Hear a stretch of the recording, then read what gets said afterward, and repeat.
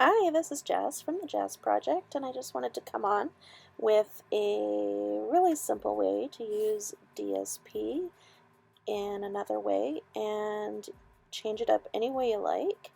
So I just got frames and then I cut out a background that I would decorate on, and I decided on squares, which was the easiest thing for most frames to fill out.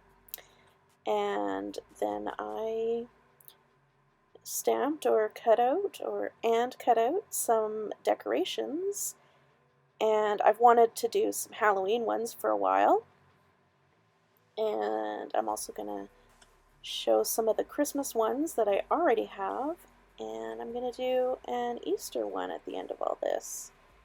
So not everything that I have has a die cut, but cutting them out by hand isn't too bad. Depends how you feel about it, I guess. So that's me gluing all the decorations that I made onto the squares. And it's a pretty straightforward and simple process, and I think they make great little holiday decor things. And I got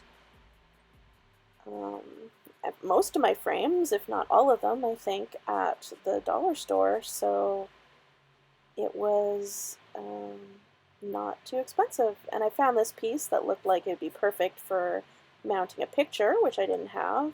And this one, I love the background of this. It's owls, if you can't tell. And I wasn't sure what I wanted to decorate it with yet, but I definitely want to. Then I have a 12 by 12, which I couldn't find a frame for, but I did already have a Christmas one, so I'm setting that one aside to put when I find a good frame for it. There's my Christmas one. And then I did some little Christmas ones a couple years back as well, which can easily be changed up and refreshed anytime you want to add new or make bigger or smaller. And here's one of the first Easter backgrounds I put together.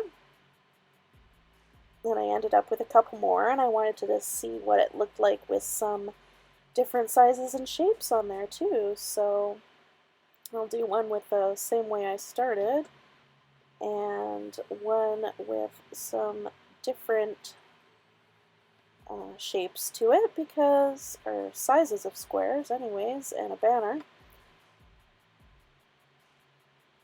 And I didn't have enough frames to do all three, that's all.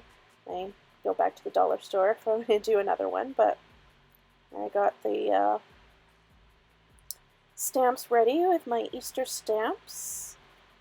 And the one that I did already had a punch, but there was just a punch for that one bunny shape. So the rest I had to cut out by hand. But these ones weren't too terribly difficult for the most part. And of course I colored them all in with my blending markers. Although I didn't really do much blending, actually. I just used the lighter or the dark, depending on what sort of shade I wanted to go with. And picked some colors that were in the papers so that they would match alongside with the papers. And I feel like I'm not a huge fan of typical Easter colors because I'm not a huge pastel fan, but purple's definitely one of my favorites, whether it's light or dark. And the bunnies are cute, so I had to do a little bit of Easter decor. I'm going to do some Easter cards coming up soon too, even though I have, as far as I can recall, never sent out an Easter card. But it's always nice to be reminded that you're being thought of, so I want to send out some cards. If it's a special occasion or not, or a special occasion but not a usual card occasion, I guess. And I chose a different color for each of the 3 bunnies, just to make them a little bit different.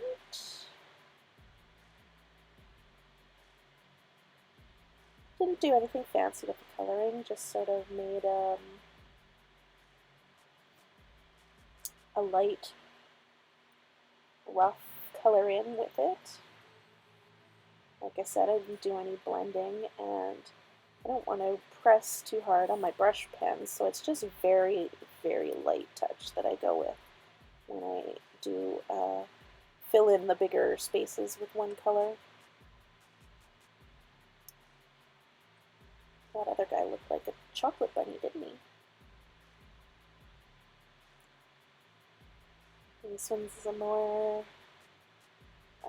cinnamon colored bunny, and then the other one I did a gray bunny.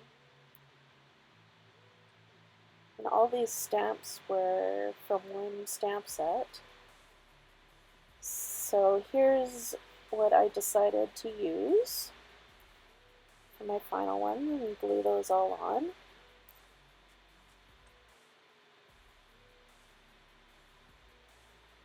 I cut a little slit in his arm so he could hold the carrot, which, you know, worked out okay. Not perfectly, but I thought it was better than just lying it right on top of him.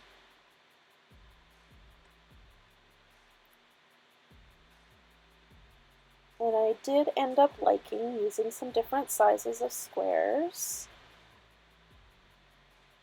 so that my words ended up with its own banner, I guess, and the bunny fit a bit better on the bigger square, so there's that. And little places to put other things, but you can still see more of the DSP in the background. And popped it into a frame. Thanks for watching. I hope you enjoyed this idea. And I'll see you again next time. Bye for now.